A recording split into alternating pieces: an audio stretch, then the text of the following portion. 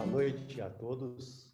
É com grande prazer que nós iniciamos a nossa live da BTO no dia 29 de abril de 2020. Estamos dando seguimento à atividade de dados que nós estamos compartilhando junto com o SNT a toda a sociedade com relação à atividade de transplantes no Brasil. É com imenso prazer que eu convido hoje o presidente da BTO, Dr. Huygens Garcia, a introduzir os nossos debatedores desta noite. Boa noite, Dr. Huygens. Boa noite, Gustavo. É um prazer muito grande estar com todos vocês. Eu acho que é uma oportunidade ímpar para que nós possamos discutir os grandes problemas que estamos enfrentando no nosso país. Como já foi aqui comentado, o nosso país é um país de dimensão continental, então você tem regiões diferentes, serviços diferentes que são menos ou mais afetados pela pandemia da Covid. Então, nós teremos aqui a oportunidade de conversar com o Dr. Gel de Andrade, que é coordenador da Central de Transplantes de Santa Catarina, uma das mais ativas do nosso país, com índice de doação muito alto, superior a 40%, com o Dr. Medina, do Hospital do Rim, que coordena o maior centro de transplante renal do mundo, né? O Dr. Walter Garcia, da Santa Casa de Porto Alegre, e também com o Dr. Elias Davi, que também coordena um grande serviço de transplante renal no HC em São Paulo. Então, rapidamente, falando um pouquinho do Ceará, mais especificamente do Nordeste, nós estamos realmente numa situação muito complicada. O Ceará hoje é o quarto estado que tem o maior número de pacientes contaminados com Covid-19 e nós estamos tentando, de todas as formas, manter o serviço de transplantes. Nós temos dois grandes serviços de transplante renal no Ceará, o Hospital Geral e o Hospital Universitário, que eles, desde o início da pandemia, resolveram suspender os transplantes. No entanto, no caso do fígado, nós mantivemos o serviço. Esse mês houve uma diminuição importante.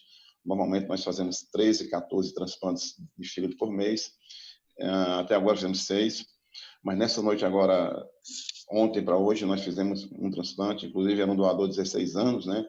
A nossa equipe captou os rins e esses rins foram enviados para São Paulo. Eu acho também que é um dos nossos compromissos e toda a comunidade transplantadora é manter as atividades dos transplantes. Se você não pode fazer um transplante no caso renal, você disponibilizar enxertos com qualidade como esse para que os serviços possam transplantar. E aos poucos a gente vai vendo o que vai acontecendo. Nós transplantamos em dois serviços aqui. Por exemplo, no Hospital Universitário, hoje a UTI está bloqueada pós-operatória porque tem um paciente com Covid positivo.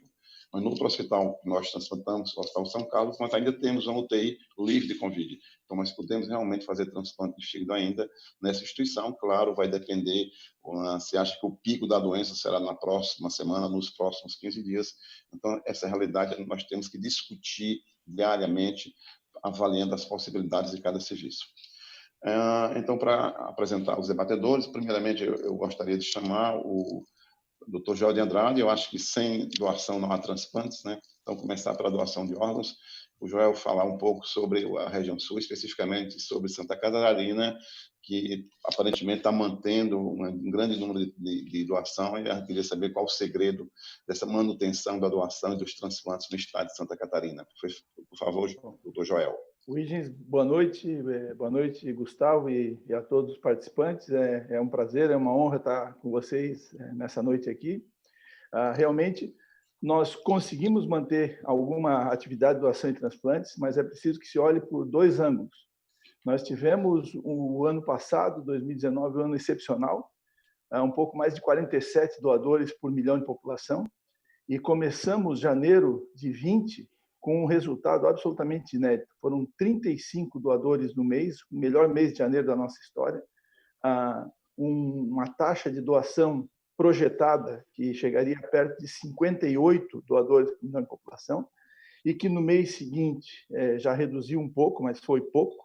Nós tivemos nos 2 primeiros meses 60 doadores, e em março, na primeira quinzena, o número diminuiu bastante e depois houve alguma recuperação. Fechamos o mês com 19 doadores e comentava há pouco, enquanto nós não entrávamos no ar, que o mês de abril, até o 15º dia, nós tivemos 7 doadores, parecia que ia ser um mês desastroso, e hoje fechamos a doação de número 21 ou 22, se não me engano. Pois, como isso foi feito? Pois, com mobilização, nos ajudou muito a atividade inicial da BTO, para debater com os transplantadores, para ver possibilidades. Há mais de um mês já estamos colhendo testes de Covid de todos os potenciais doadores. É preciso que se diga que, nesse período inteiro, nenhum doador testou positivo, e o nosso critério é bem tranquilo, quer dizer, nós estamos... os pacientes que têm epidemiologia ou clínica positiva para Covid não são considerados doadores. Os que não têm são testados. E desses testados não tivemos nenhum positivo. O que tivemos, sim, nesse período, foi 3 pacientes que ingressaram nas respectivas UTIs suspeitos de Covid, cuja história clínica mais detalhada depois dava conta de uma possibilidade muito remota, pois esses nós insistimos, aclaramos a história clínica e colhemos, então, secreção pulmonar e mandamos para o LACEN e conseguimos validar esses 3 doadores e sem nenhuma complicação nos transplantes feitos. Acho que é um grande desafio, é uma grande responsabilidade. Existem inúmeras variáveis que devem ser levadas em conta nessa questão. Uma das mais importantes é que a doação realmente tende a diminuir, porque os hospitais eles não têm mais pacientes eletivos, praticamente, sejam eles públicos ou privados. Quer dizer, tudo que era eletivo está sendo deixado para depois. E essa diminuição dessa população dos hospitais leva a uma menor população, uma menor gravidade dos pacientes ingressados e, portanto, uma dificuldade adicional a mais. A nossa notificação ela caiu drasticamente nas últimas semanas em função disso.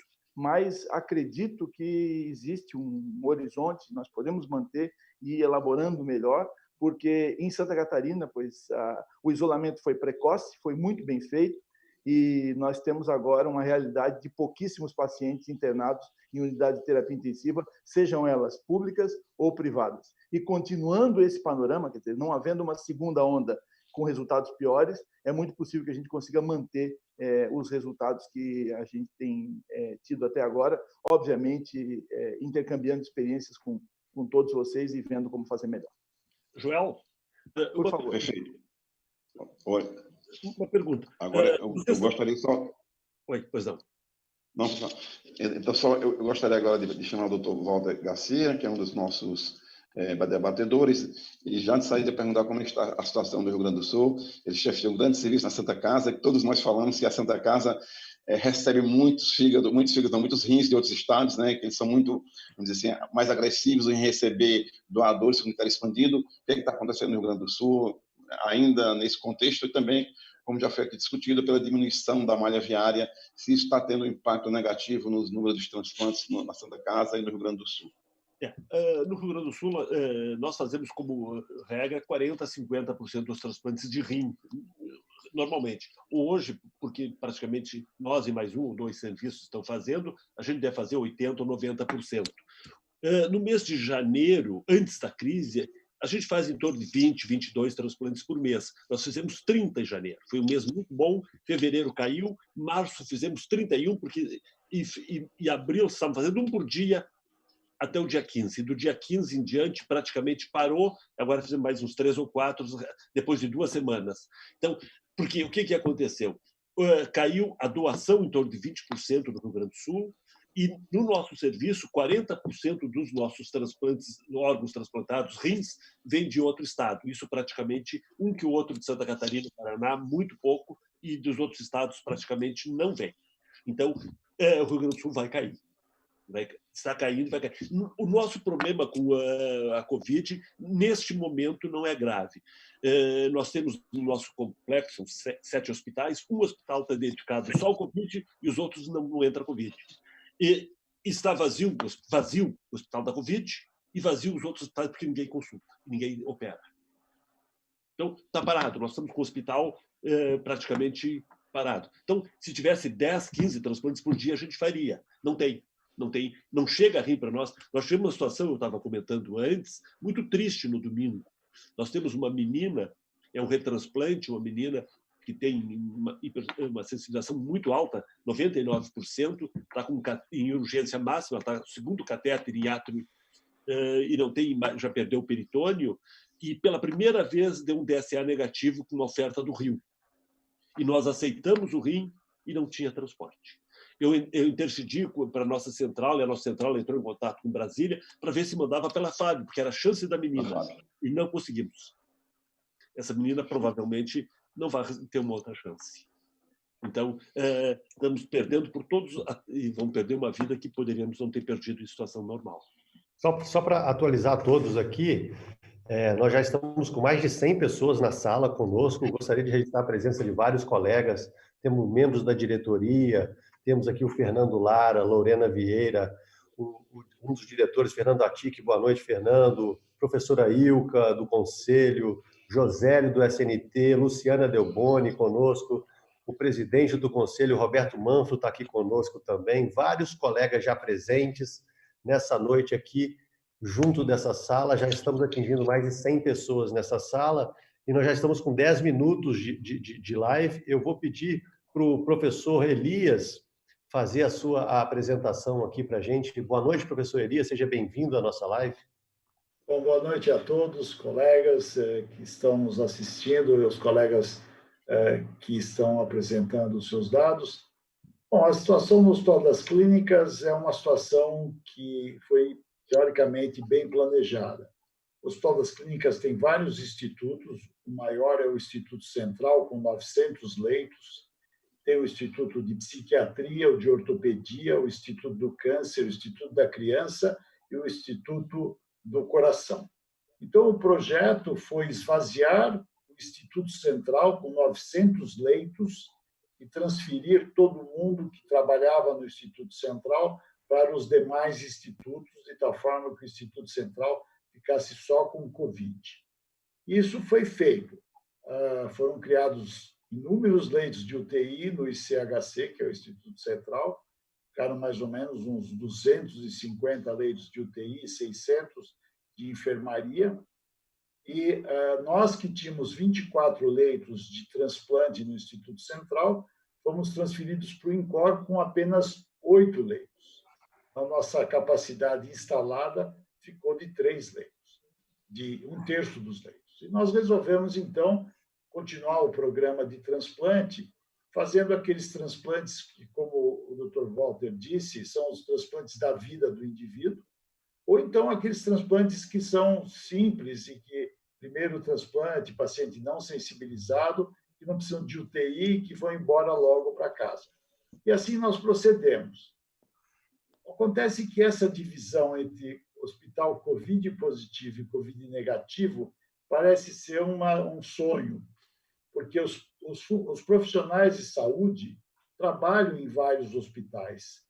Nós, por exemplo, quem trabalha no Instituto Central não pode circular nos outros institutos e quem trabalha nos outros institutos não pode circular no Instituto Central. Então, nós sequer entramos no Instituto Central. Eu, por exemplo, uma parte do nosso grupo, mais jovem, com menor risco, ficou toda no Instituto Central e os mais idosos e com comorbidades, médicos, eu estou dizendo, foi para o Instituto do Coração.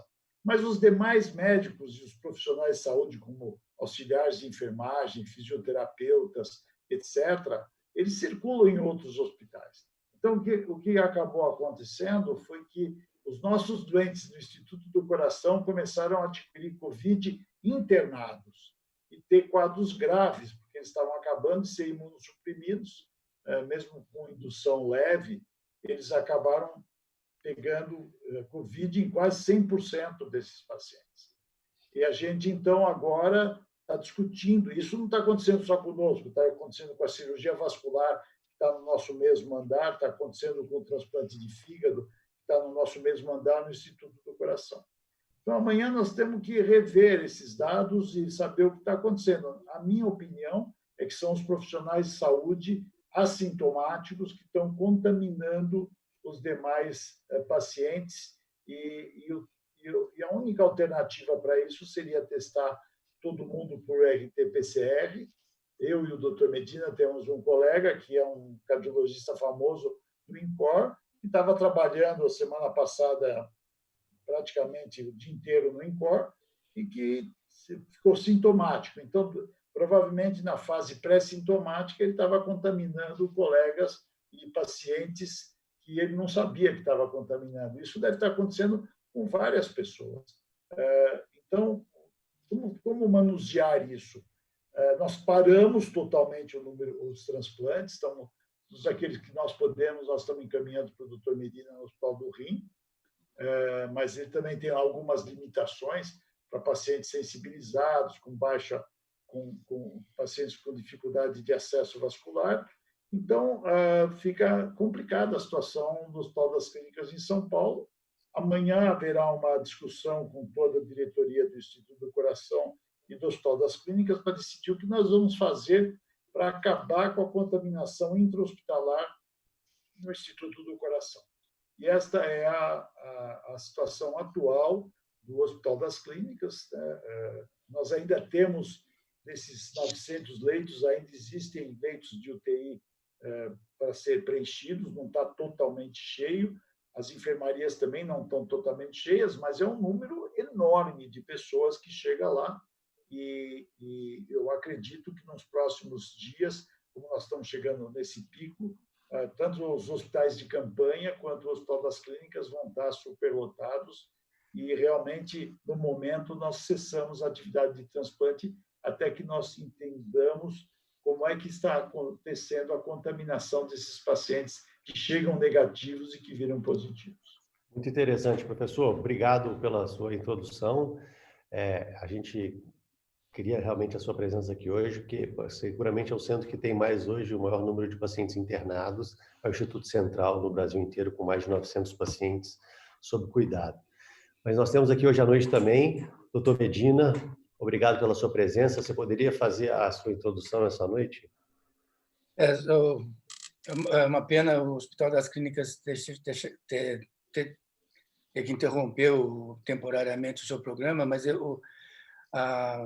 a função do Hospital das Clínicas está sendo fundamental para atender o maior número de pessoas com Covid positivo. Se o Hospital das Clínicas não tivesse feito essa mudança do Instituto Central, hoje o sistema na cidade de São Paulo já estaria saturado.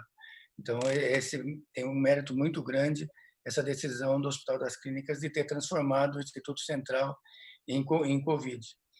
Nós também estamos tentando, no Hospital do Rim, o que o Elias falou, manter o Hospital do Rim como eles tentaram manter o INCOR livre de Covid.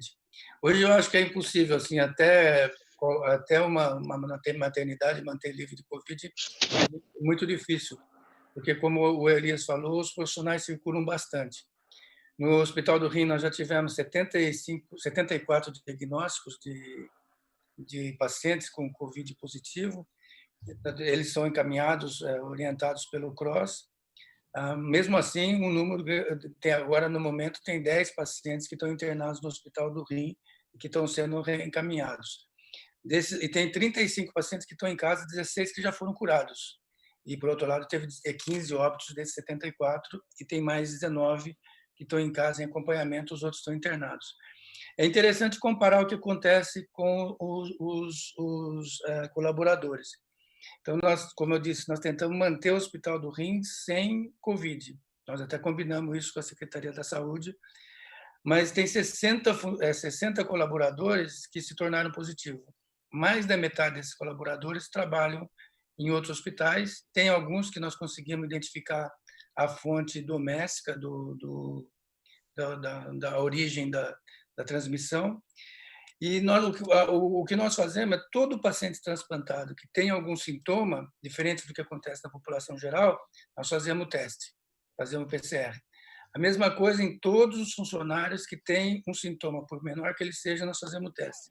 Então, em funcionário, nós fizemos 190 testes, 31% deles foi positivo, que dá esses 60. A idade média de 37 anos, todo mundo jovem. Desses 60, só 3 precisaram de internação hospitalar, nenhum foi para UTI, e eles já se recuperaram, já voltaram ao trabalho. Então, os 60 funcionários, eles adquiriram de alguma forma a doença ou no hospital, ou possivelmente na comunidade, ou alguns no hospital, mas eles não tiveram, nenhum deles precisou de atender, nenhum deles teve uma doença mais séria, porque quem trabalha na área da saúde, nesse sistema, ele não tem uma comorbidade, tem idade média baixa, que é 37 anos, enquanto que os pacientes transplantados, a idade média nossa foi 49 anos, E daqueles que faleceram, a idade média foi 61 anos. Daqueles que faleceram foram para terapia intensiva. Então, tem um fator importante da idade. Nós vamos manter o programa, porque como nós temos 151 leitos destinados a esse programa. Nós separamos no hospital uma ala só para quem é Covid positivo. Estamos fazendo um rastreamento muito forte agora da origem da doença, do caso inicial.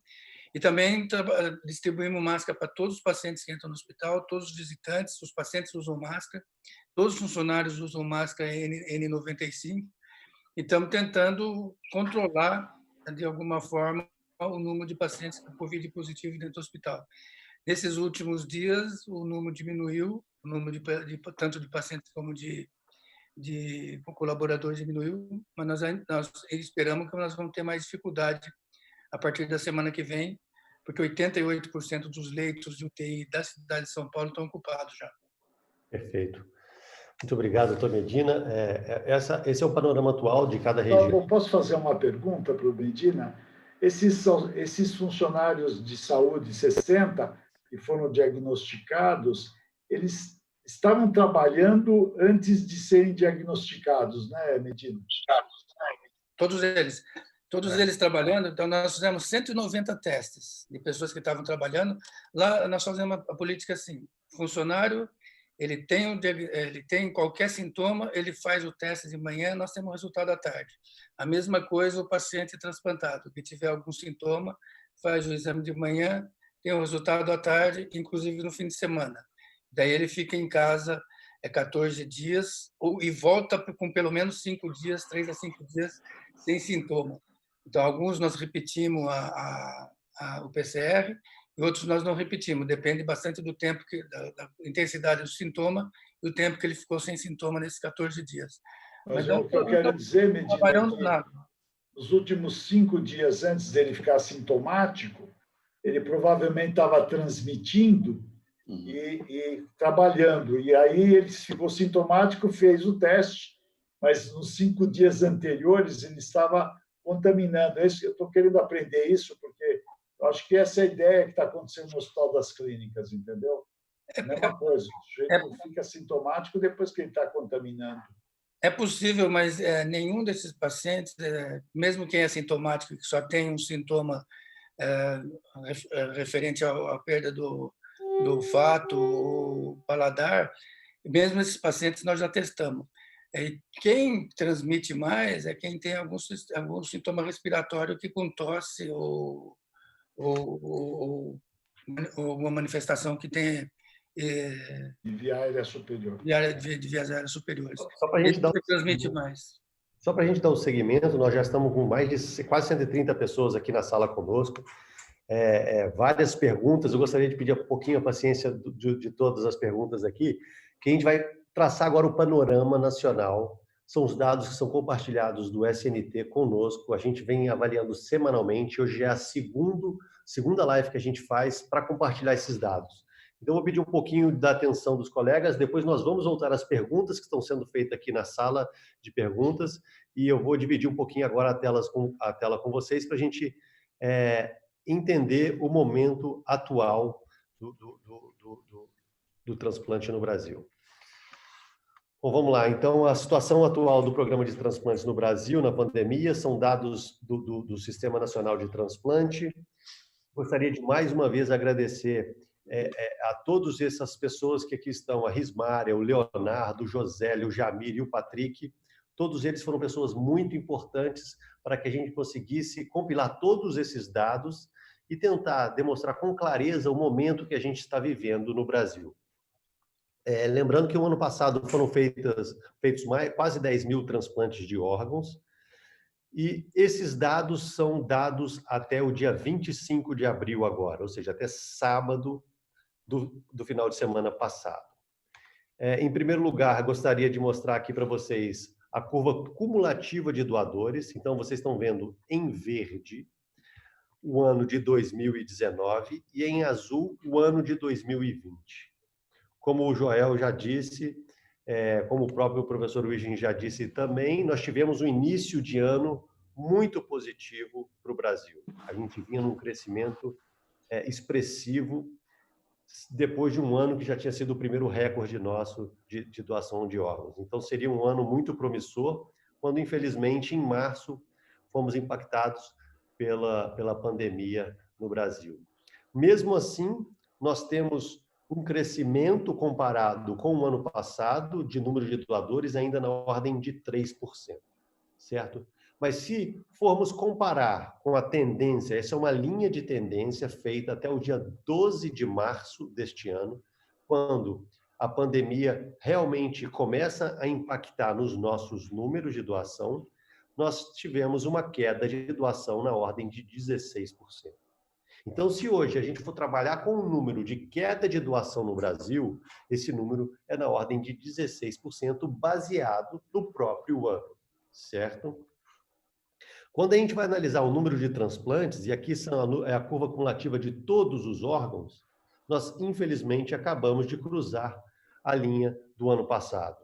Nós estamos com uma queda de 1% no número de transplantes comparado com o ano passado. E, mais uma vez, se a gente traça a linha de tendência, nesse momento nós estamos com uma queda de 16% no número total de transplantes realizados quando comparado com o próprio ano. Então, nós temos uma queda de 1% comparado com o ano passado, de janeiro até o dia 25 de abril, e uma queda de 16% quando comparamos o próprio ano na sua linha de tendência. Tá? Agora, nós vamos avançar para cada região. Nós vamos dividir o Brasil nas regiões e aqui tentar entender como está cada região. A região Sudeste consegue manter ainda um número de transplantes superior ao mesmo período do ano passado. Tá? E esse dado é muito interessante. O Sudeste é a região que mais tem, em número absoluto, o número dessas doações, então a gente iniciou pelo Sudeste, e a gente, primeiramente, gostaria de apresentar aqui o estado de São Paulo. E aí nós temos o doutor Elias e o doutor Medina, que podem ver que no início do ano, o ano vinha muito semelhante ao ano passado. Logo na primeira quinzena de março, houve um aumento na captação de órgãos. E já na segunda quinzena, quando fomos impactados, principalmente o estado de São Paulo, foi um dos primeiros estados a iniciar com a pandemia, foi impactado, mas mesmo assim ainda temos um aumento em torno de 1% nessa doação, quando comparado com o mesmo período do ano passado.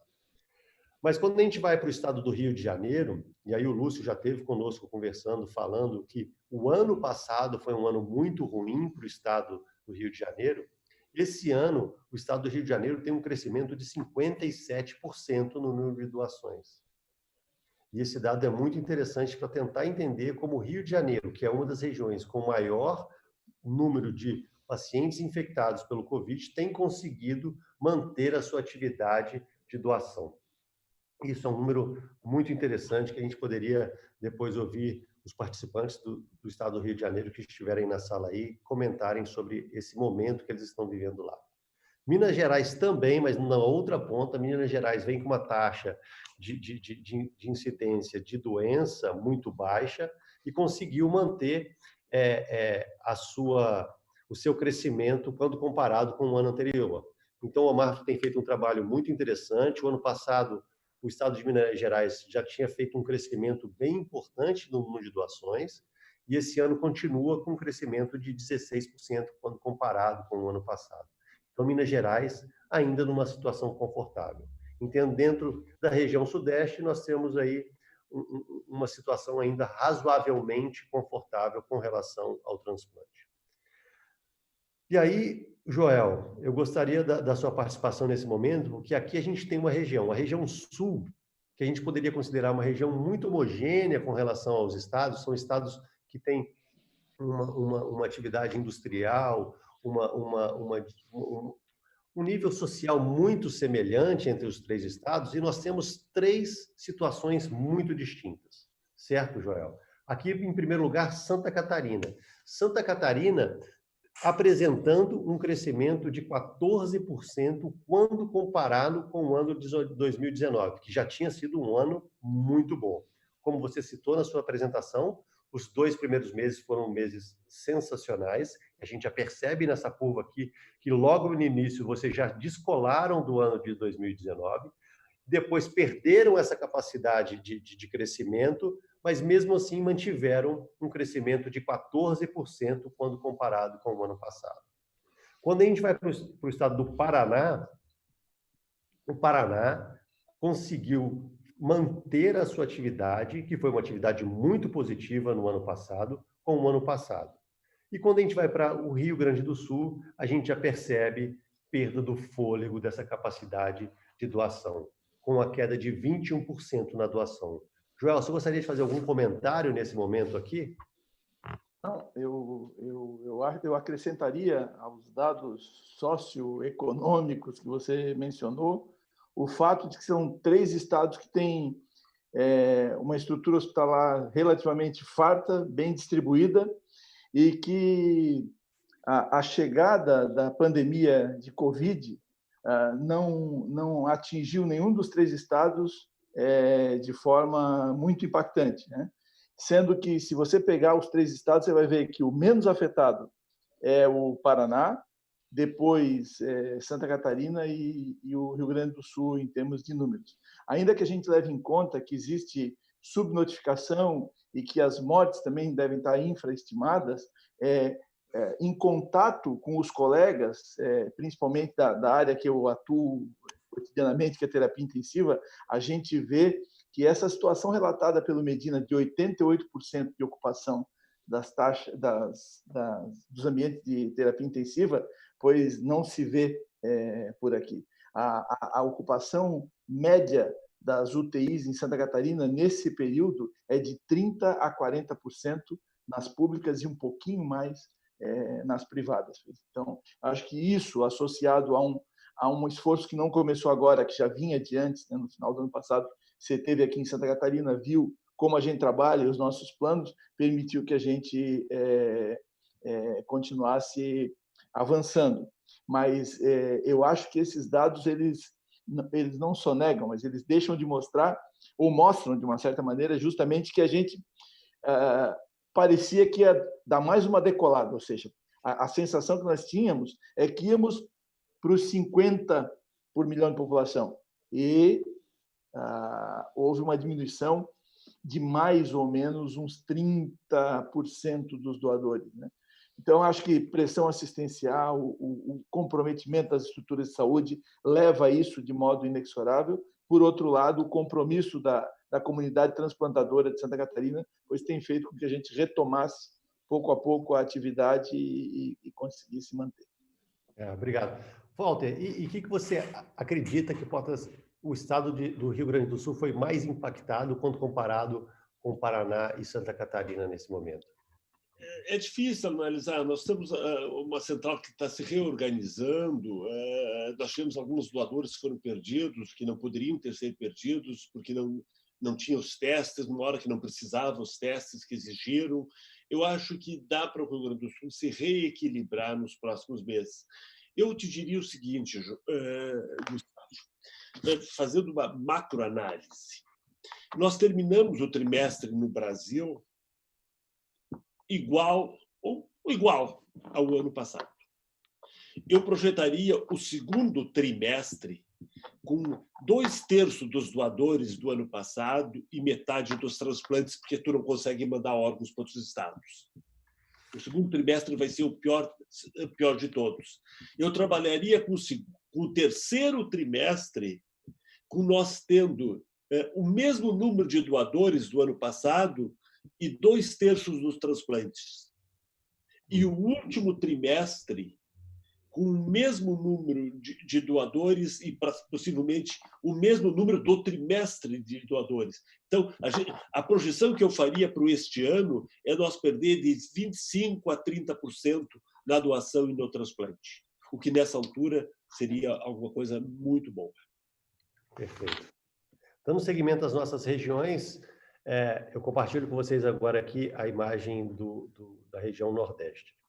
Essa, sim, uma região muito importante, né, em número absoluto de doações, é a terceira região em número absoluto de doações, E como a gente já tinha observado na semana passada, uma queda no número de doações na região Nordeste, isto na ordem de 17%, quando comparado com o ano de 2019, entre o dia 1º de janeiro até o dia 25 de abril desse ano. E aí eu gostaria de destrinchar isso nos 3 maiores estados. O primeiro deles, o estado de Pernambuco, que tinha uma capacidade muito boa de captação, mas que desde a segunda quinzena de março, ou na segunda semana já de março, se notou claramente uma queda importante nesse número de doação. E aí eles vinham num nível razoável, semelhante ao ano anterior, mas quando a presença da pandemia no estado impactou de forma severa numa queda de 33%. E aí, Dr. Huygens pode falar do seu dia a dia, do impacto também da ordem de 31% no estado do Ceará, que também é outro estado com uma enorme capacidade de captar órgãos. São as 2 maiores macro-regiões do estado, na região Nordeste, que pode falar um pouquinho para a gente o que ele acredita que mais impactou na região do Ceará. E eu estou gostando de ver que parece que a gente estava praticamente plano e a atividade começa a tentar voltar nesses últimos 2, 3 semanas. Dr. Huygens, algum comentário nesse momento? Sim, Gustavo. Inclusive, nós conversamos pessoalmente com os coordenadores das centrais de transplantes. Eu incluiria também a Bahia, Pernambuco, Ceará e Bahia, que são os estados. Bahia sempre teve uma taxa de doação muito pequena, mas teve uma boa recuperação em 2019 e vem aumentando gradativamente o número de transplantes. O Ceará sempre manteve uma taxa de 24, 25 doadores por milhão de habitantes. Então, realmente, teve uma diminuição importante a partir, principalmente do dia 15 de março. E as causas, lógico, o Ceará também, hoje é o estado que tem o maior índice de contaminação pela Covid-19, é o 4º estado. Isso teve um impacto muito grande na doação de órgãos e nós achamos que isso principalmente devido a alguns fatores. Primeiro, uma negação familiar bem maior, provavelmente é porque você tem menos acesso às famílias. Segundo, com a implantação do teste obrigatório, né, para testar o doador, isso teve um impacto em aumentar 12, 14 horas a espera, e muitas vezes as famílias querem fazer logo o sepultamento, que dá para entender. Isso é um fato importante. E outro fato também, eu acho que diminuiu em alguns desses estados a busca ativa nas UTIs, né? As próprias cidades têm algum receio de fazer busca ativa, com isso, contaminação. Isso é um fator importante. E outro fator também, que seria pelo menos a única coisa boa da pandemia, né? Eu digo, no Ceará sempre teve aí 30% a 40% dos doadores por trauma, acidentes, principalmente de moto. Isso teve uma diminuição abrupta, né? Isso aí realmente, com o isolamento social, houve uma diminuição muito grande dos doadores com trauma. Mas há uma tentativa de, realmente, como você falou, nas últimas semanas, eu acho que essa semana teve 2 doações efetivas, 2 transplantes. Nós estamos tentando manter no Ceará e os outros estados também, manter os transplantes de uma forma bem razoável, principalmente naquela cidade que tem um hospital que tem um UTI livre de Covid. Pelo menos teoricamente, você possa ainda fazer o transplante. Isso não acontece em alguns serviços, tanto do Ceará, como da Bahia, como de Pernambuco. E tem também outro aspecto, é o próprio paciente. Eu acho que isso é mais no transplante renal, né? Por exemplo, ontem a gente fez uma captação à noite, nessa madrugada, um doador de 16 anos, nós fizemos o fígado. Os 2 rins, alguma equipe daqui ainda quis fazer, mas alguns receptores não quiseram fazer com receio, né? Ainda tem esse próprio medo, além do medo da equipe profissional, tem o medo do próprio paciente, principalmente aqueles transplantes que o receptor está bem, que poderia esperar algum período para tentar fazer o transplante um risco menor de contaminação. Então, creio que esse é um retrato atual da região Nordeste, principalmente Ceará, Maranhão e Pernambuco. Vou dividir com vocês também agora a situação da Bahia. Como o Dr. Huygens citou nesse momento agora, a Bahia vinha num crescimento muito importante no número de doações e consegue ainda manter uma distância do ano de 2019. Uma distância na ordem de 37%. Então, a Bahia fez um papel inicial muito bom, sentiu o impacto, a gente consegue perceber claramente que a curva declinou bastante, e a gente percebe que entre a segunda e terceira semana de abril, na região Nordeste, teve um susto muito grande, todo mundo parece que paralisou, e agora todo mundo começa a respirar novamente, e já começa a retomar a sua atividade dentro da segurança que cada hospital tem. E Joel tem uma experiência muito grande disso, e lidando com cada UTI em cada região, que a gente sabe que a doença não acomete todo o país da mesma forma, cada hospital lida de forma diferente. Você tem os hospitais que são referência, os que não são referência. Então, a Bahia conseguiu ainda assim manter uma diferença importante comparado com 2019. Quando a gente vai para a região centro-oeste, ali também uma diferença de 12% quando comparado com o ano passado.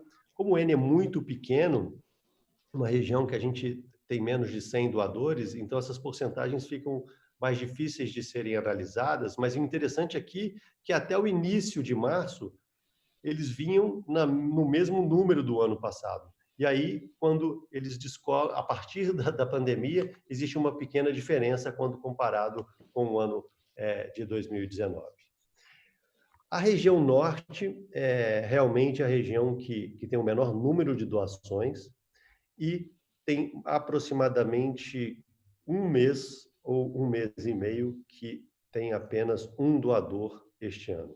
Então, eles estão atualmente no mesmo número quando comparado com 2019. Era uma região que vinha se desenvolvendo, vinha crescendo no número de doadores, mas, infelizmente, a pandemia pegou lá de forma bem forte e evitando aí o número de doações.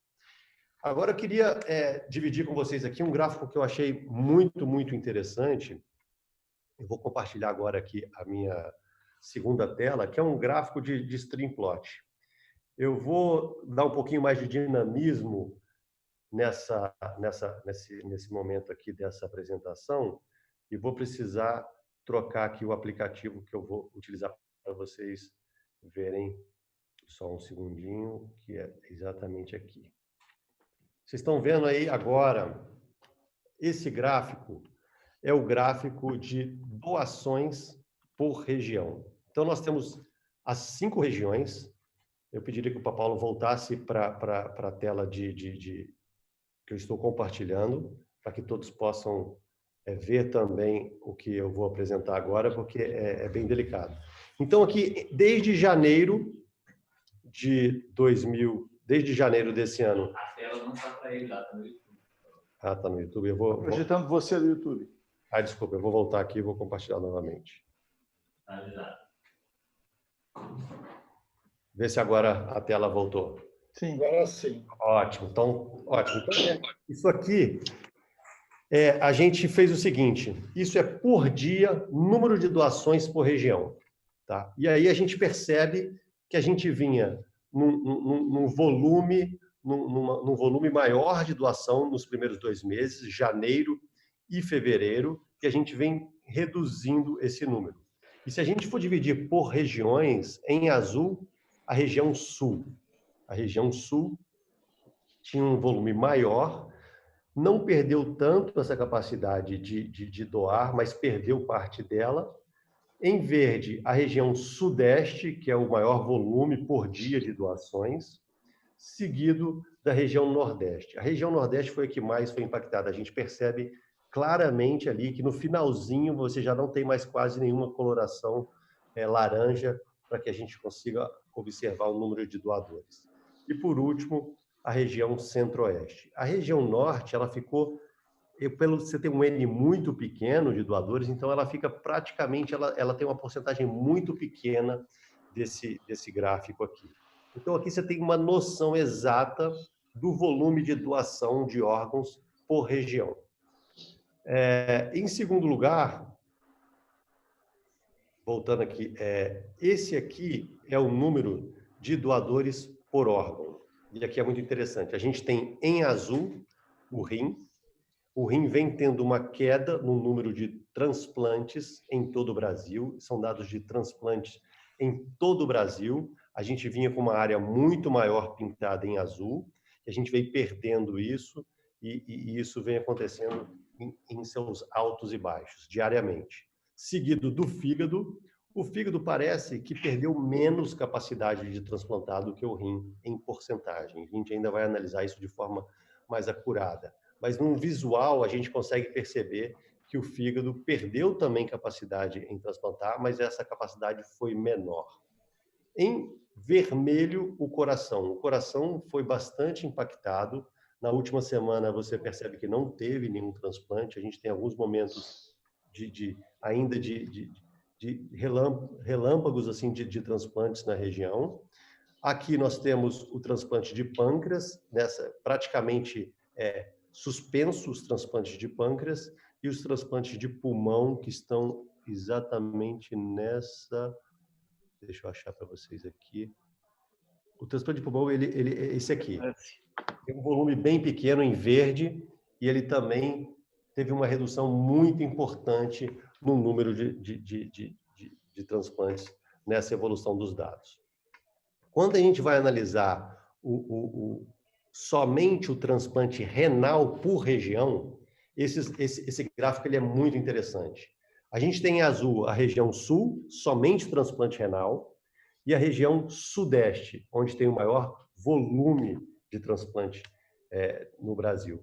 E quando a gente vai para a região nordeste, você tem um apagão praticamente que completo do número de transplantes renais na região nordeste. Então, aqui em laranja, você tem um volume maior até março, quando na segunda quinzena de março, a gente reduz muito o número de transplantes. Depois, no início de abril, alguns centros tentando reativar a sua transplantabilidade, lembrando aqui que são dados somente com transplante com doador falecido. A gente não está analisando com doador vivo esses dados aqui ainda.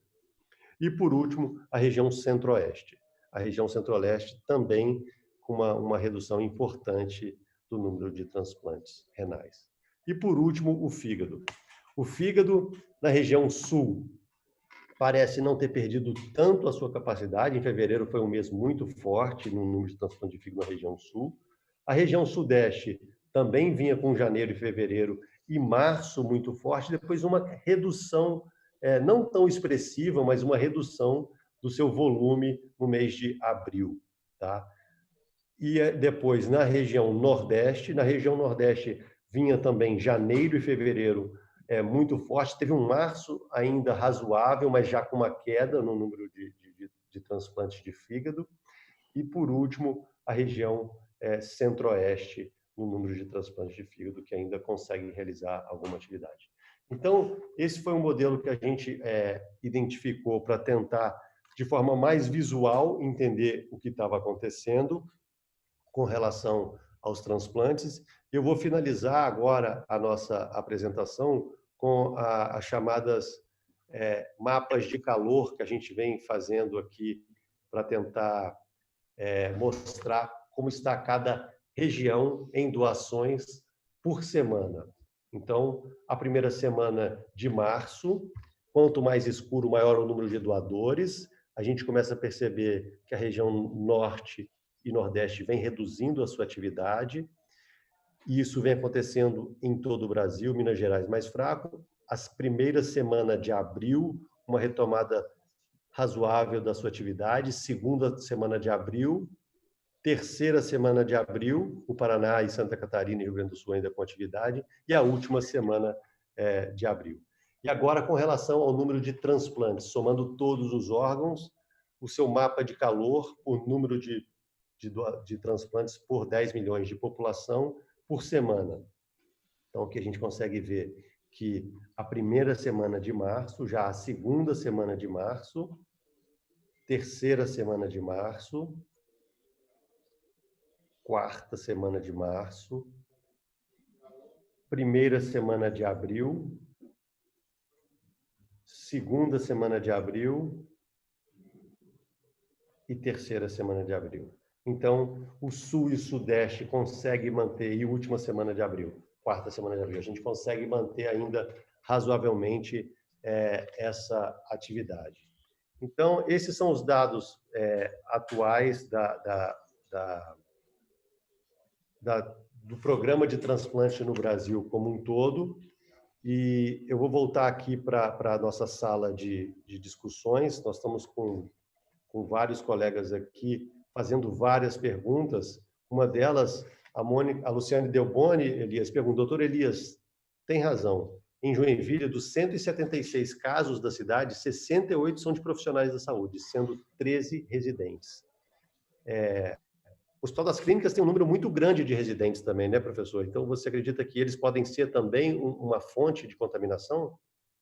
Nossos residentes que estão passando no Hospital das Clínicas no serviço de transplante, de 6 residentes, incluindo 4 R3, 1 R4 e 2 R5, não, 7 residentes, 5 ficaram Covid positivo e se recuperaram, estão de volta ao trabalho. Só as 2 R5 é que não pegaram o Covid. Então, eu acredito que realmente os profissionais de saúde são aqueles que estão contaminando os doentes, porque eles são assintomáticos. Como disse o Dr. Medina, dos 60 profissionais de saúde que ele identificou quando eles estavam com sintomas, mas nos últimos 5 dias, provavelmente eles estavam transmitindo Covid sem saber que estavam positivos, e o sintoma sempre aparece alguns dias depois que o sujeito está contaminante.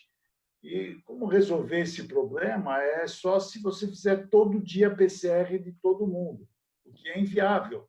Em qualquer centro hospitalar, por maior dinheiro que existe, por maior disponibilidade de testes, mas o que pode ser feito é fazer sorologia IgG e IgM e liberando os indivíduos que são IgG, progressivamente vai aumentar, e daqui a um tempo talvez a gente consiga ter, trabalhando só profissionais de saúde IgG positivo. Talvez seja uma estratégia, mas vai demorar para que a gente tenha um percentual grande de profissionais de saúde IgG positivo. Até lá, eu acho que nós vamos continuar contaminando uns aos outros. Doutor Medina, o Fábio Ribeiro está perguntando aqui se você pode falar quais são os hospitais de São Paulo que ainda mantêm atividade de equipe transplantadora ativa. O Einstein mantém, que é no Hospital Santa Catarina. A Beneficência Portuguesa até a semana passada estava mantendo, mas os 2 hospitais que mais fazem transplante, que é o Hospital das Clínicas e o Hospital do Rim, nós estamos com dificuldade semelhante. Nós estamos conseguindo manter o número de transplantes porque o número de leitos que nós temos é maior, mas nós estamos enfrentando as mesmas dificuldades que o Dr. Elias enfrenta.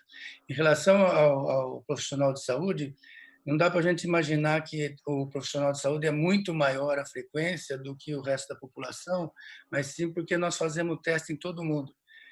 Quando todos os profissionais de saúde que têm um sintoma, por menor que seja, nós fazemos um teste. Na população geral, só é feito em 10% da população. Então, por isso que o profissional da saúde tem mais diagnóstico do que... É lógico que ele está mais sujeito, tem mais profissional de saúde, mas a diferença não é tão grande assim, porque testa todo mundo. Mas Medina, só uma pergunta aqui, Medina. Até pensando aqui no que o professor Elias falou, no cenário ideal, se é para você sonhar num serviço de transplante, só trabalhando com profissionais de saúde teoricamente imunizados com IgG positivo, seria essa um sonho ou é uma possibilidade a médio prazo? Isso ainda é difícil, porque ninguém entende direito ainda o que significa o IgG, por quanto tempo dá proteção. Essa não tem uma definição, não tem ainda aquele passaporte bem claramente definido. É lógico que se tiver... Eu prefiro assim, independente do IgG, se aqueles pacientes que já tiveram, aqueles funcionários que já tiveram a doença, eles trabalham teoricamente com mais segurança, mas isso é uma suposição ainda. A doença tem pouco tempo, tem só 3 meses para ter essas definições. Mas, Medina, nós fizemos uma avaliação de um kit rápido de IgG e IgM, que acho que é da Abbott, não tenho certeza, e nós testamos 40 e poucos pacientes que tinham tido RT-PCR positivo, e testamos eles 21 dias ou mais depois, e deu IgG positivo em 91% deles. Portanto, o teste detecta IgG em 91%. Claro que tem 9 de falsos negativos, ou com um título tão baixo que o teste não consegue detectar. Mas eu acho que uma hora vai ter que ser assim. Nós vamos fazer tanta sorologia e vamos liberando os indivíduos que são IgG positivo. Mesmo que a Organização Mundial de Saúde diga que não tem certeza sobre o poder de proteção de IgG, mas nós fazemos isso o tempo todo com todos os vírus. Quando você vai transplantar um paciente CMV IgG positivo, você sabe que ele é de baixo risco. Quando você faz H1N1 e dá uma vacinação, você está querendo IgG. Ou seja, montou uma resposta imune com IgG, significa que tem um exército de linfócito B, um exército de linfócito T preparado para responder a essa doença. Se o indivíduo vai ser totalmente protegido ou não, é uma discussão, na minha opinião, efêmera, porque nós fazemos isso o tempo todo com todos os vírus. E nós nunca... Eu fiz um trabalho de varicela há um tempo atrás, e eu queria saber quantas crianças que a gente transplantava tinham quantidade de IgG protetora contra a varicela. E aí eu fui perguntar para todo mundo, inclusive em institutos só de infecção, e ninguém sabe o título de IgG protetor para nenhuma infecção viral. Então, esse sonho da Organização Mundial de Saúde em dizer que existe um título X que protege, eu acho que é uma coisa teórica. Na minha opinião, se o sujeito é IgG positivo, ele tem menos risco e ponto final. Não vamos ficar pensando que existe um título que é protetor e outro título que não é protetor. Nós não sabemos o título de nenhum vírus que seja eficientemente protetor. Perfeito. Nós temos aqui a doutora Luciane Delboni está perguntando, doutor Elias, como é o uso de EPI no INCOR, nos locais não Covid? Uma alternativa não seria os profissionais usarem esse protetor facial, luva, mesmo nos casos não Covid? Mas todo mundo usa tudo. Mas acontece que eu acho que existe alguma forma de contaminação que nós não estamos sabendo, mas todo mundo usa máscara e todo mundo faz o procedimento com luva e máscara. Claro que o sujeito não é Covid e não está usando aquele avental, não está usando o protetor de plástico, nem a touca, porque nem sei se tem isso para todo mundo, mas luva e máscara 100% dos profissionais estão usando. Mas provavelmente você mexe ou fala alguma coisa, contamina alguma coisa, não sei o que acontece, mas o vírus é altamente infectante e mesmo com toda essa proteção, está acontecendo contaminação intra-hospitalar. Uhum. A Carolina Neves, da Bahia, está aqui conosco também, está falando que em alguns hospitais têm utilizado a triagem de temperatura dos integrantes na entrada do hospital. Talvez seja uma outra sugestão também. O Walter, a Ilka está aqui. Boa noite, doutora Ilka. Vocês estão testando receptores ou fazendo TC de tórax aí no Rio Grande do Sul? Estamos testando todos os receptores e fazemos neles tomografia antes do transplante. Todos eles. Uhum. Fazemos o PCE, não tivemos ainda. É porque a gente diminuiu muito o transplante. Então, o N é pequeno, talvez tenha 20, sei lá quanto. Isso a gente pode ver com calma depois. Mas o N é pequeno. Mas nós fazemos tomografia em todos os receptores, da investigação interna para fazer o transplante, faz eletro, faz todos os exames de laboratório, é examinado e faz tomografia. Porque hoje é fácil fazer tomografia, porque não está sobrando espaço. Então a gente tem vaga para tudo. Perfeito. Nunca foi tão fácil avaliar um receptor como hoje.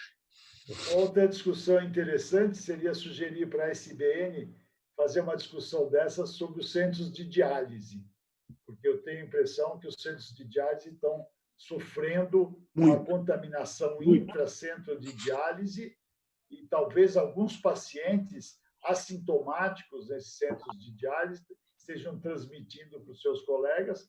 E como o Walter disse, se você não testar como ele está testando, pode ser que você receba um paciente para transplantar assintomático. Com Covid. Esteja com Covid já, porque você contaminou no centro de diálise. Essa é uma outra pergunta a ser feita. No seu centro de diálise, tem pacientes com Covid? Ele pode ter o paciente com Covid e saber, e ter o paciente com Covid e ainda não saber. É isso aí. Não, mas estou dizendo... Porque não tem nada... Forma que imagina, também... Elias, Quem não tem RT-PCR... Tu imagina, tu ires para uma sala com 8, 10, 12, 15 pacientes, ficar 4 horas, 3 vezes por semana. Tu chegar lá e sair numa van com mais 8, 10, 12 pessoas, 3 vezes por semana durante todo esse período de 6, 12 meses que vai ter essa crise. O risco é altíssimo.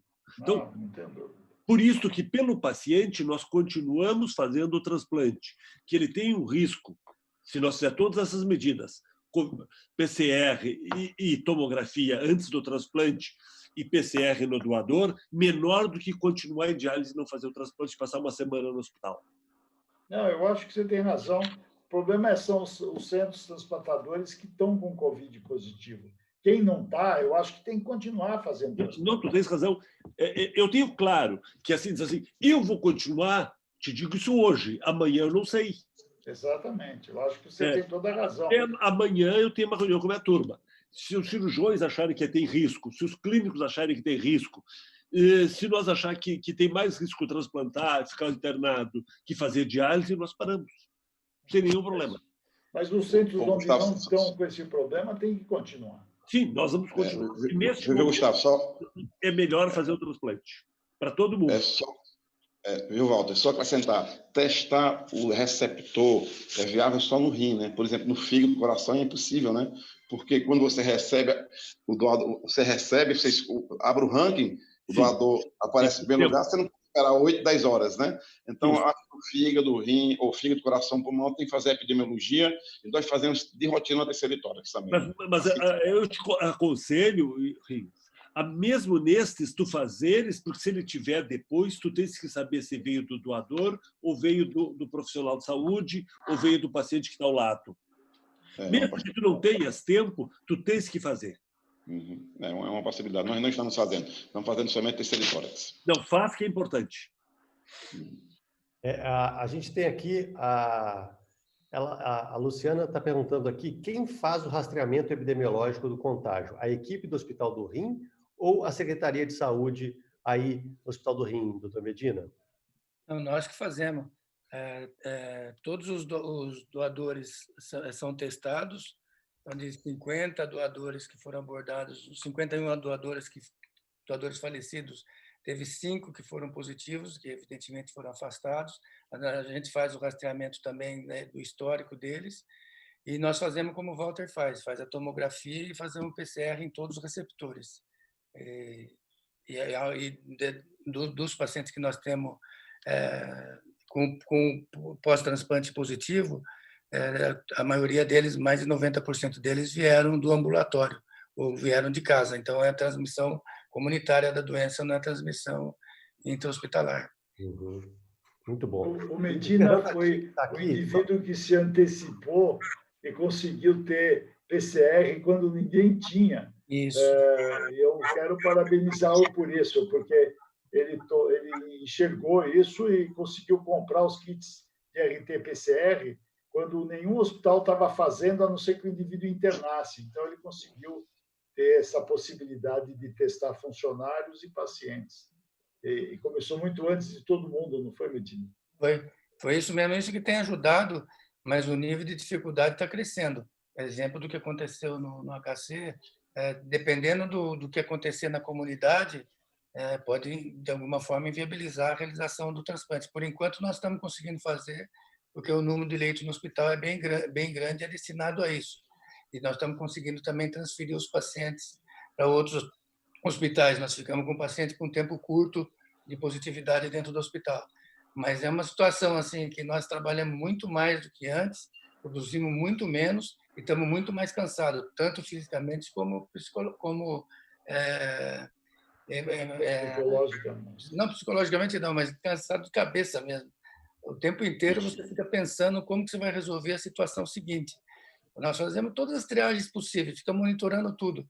Aí tem algum funcionário que foge do controle, você precisa ficar insistindo para que use toda a proteção para garantir que não tenha transmissão intra-hospitalar.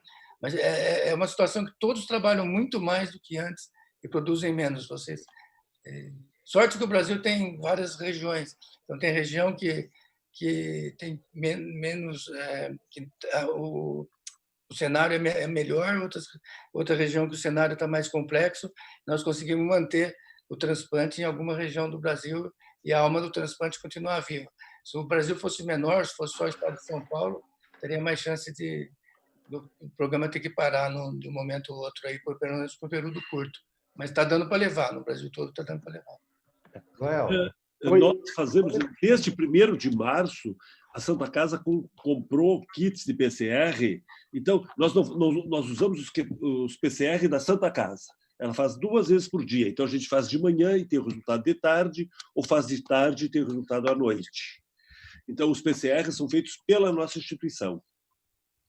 E isso nos facilitou muito. A gente faz para todos os funcionários que precisem, todos os pacientes que precisem, todos os doadores que são direcionados para nós. Então, neste momento, a OPO da Santa Casa, que são, sei lá, 20, 30 hospitais da região metropolitana, a gente faz o PCR na Santa Casa, que 2 vezes por dia, mesmo sábado e domingo. Perfeito. Ô, Joel, o Fernando Atique de Brasília, que é cirurgião do transplante de coração, está perguntando assim: houve uma mudança na causa de óbitos dos doadores com a pandemia? Menos mortes por TCE? Eu acho que esse é um padrão bastante claro. Nós já temos o TCE por volta de 30%, né? Sendo que dentro do TCE tem o subconjunto que é TCE não ligado a acidente de trânsito. Quer dizer, isso diminuiu muito. E tem diminuído também outras causas. A própria doença cerebrovascular, ela é menos prevalente. Esses pacientes complexos que internam com problemas vasculares, com procedimentos e que acabam complicando, eles estão indo menos ao hospital. Eu tenho certeza que muitos pacientes que morreriam na condição de morte cefálica nos hospitais brasileiros estão morrendo em casa de outras complicações, justamente porque se evita ao máximo ir até o hospital. Então, isso tudo reflete na nossa atividade. Eu queria, Gustavo, como o tempo está avançado, rapidamente comentar o seguinte: eu participei de todas as lives da BTO e vi sempre uma mensagem positiva. Positiva no sentido de fazer aquilo que é possível, aquilo que é seguro, como o Walter tanto insiste, né? E o Medina, bom, todo mundo recomenda isso. E eu confesso que no início de toda essa atividade assim, existia muita insegurança da nossa parte, pois várias equipes deixaram de transplantar, 1 semana, 2, voltaram, os transplantes foram retomados, e eu acho que o que tem que ser ressaltado: nós não tivemos nenhum doador positivo até agora, e nenhum doador transmitiu a doença para os seus receptores. Talvez essa não seja a realidade de todas as questões, por pressões de todas as regiões, por pressões epidemiológicas, mas vale a pena a gente seguir tentando o nosso melhor, mesmo em situações tão complicadas como foram relatadas pelo professor Elias e pelo professor Medina. Obrigado, Joel. Eu acho que é exatamente isso. Eu gostaria ainda de relatar aqui a presença do Rafael Madeira, da Carolina fazendo novos questionários. Nós estamos com um tempo bastante avançado. De forma bastante resumida, eu gostaria de dizer que, depois de um susto inicial, a gente iniciou há mais de um mês atrás com essas lives, um susto muito grande, pegando todo mundo de surpresa, como cada um lidar com a situação. A gente já percebe o que a gente imaginaria que ia acontecer. São Paulo, uma região mais complicada, o Ceará, a mesma coisa, em Fortaleza, lá com o Dr. Huygens, mas ainda regiões como Santa Catarina, Rio Grande do Sul, Paraná, Minas Gerais, em regiões bastante confortáveis. Não sei por quanto tempo. Se nossas curvas fossem distintas, eu acredito que um estado possa compensar o outro e a gente não impactar tanto.